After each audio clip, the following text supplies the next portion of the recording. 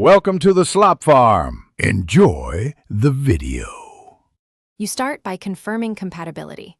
Check motherboard specs for max capacity and supported speeds so you buy the right modules. Once done, power down, unplug, and discharge static. This prevents damage. Open the case following the manual and take a quick photo of how modules are seated. Then identify form factor, dim or so dim, and note each module's capacity and speed. These facts guide your upgrade choices and reduce guesswork when you install new RAM. You now handle the modules. Release the retention clips and lift out existing sticks by pulling both ends evenly so you avoid bending pins. When inserting new RAM, align the notch, then press straight down until both clips snap. This ensures full contact and proper electrical connection. Make sure you populate slots in the order the manual recommends for dual or quad-channel performance. Finally, match speeds and timings where possible.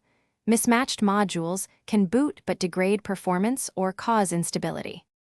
You finish by booting into BIOS or UEFI to verify the system recognizes the new total RAM and is running at the expected frequency. Enable XMP only when modules and boards support it. Once the OS loads, run a memory diagnostic or memtest 86 for at least one full pass to catch intermittent faults. If errors or no boot occur, power down and reset sticks, try alternate slots, or test each module individually. This isolates a bad stick. Thanks for watching.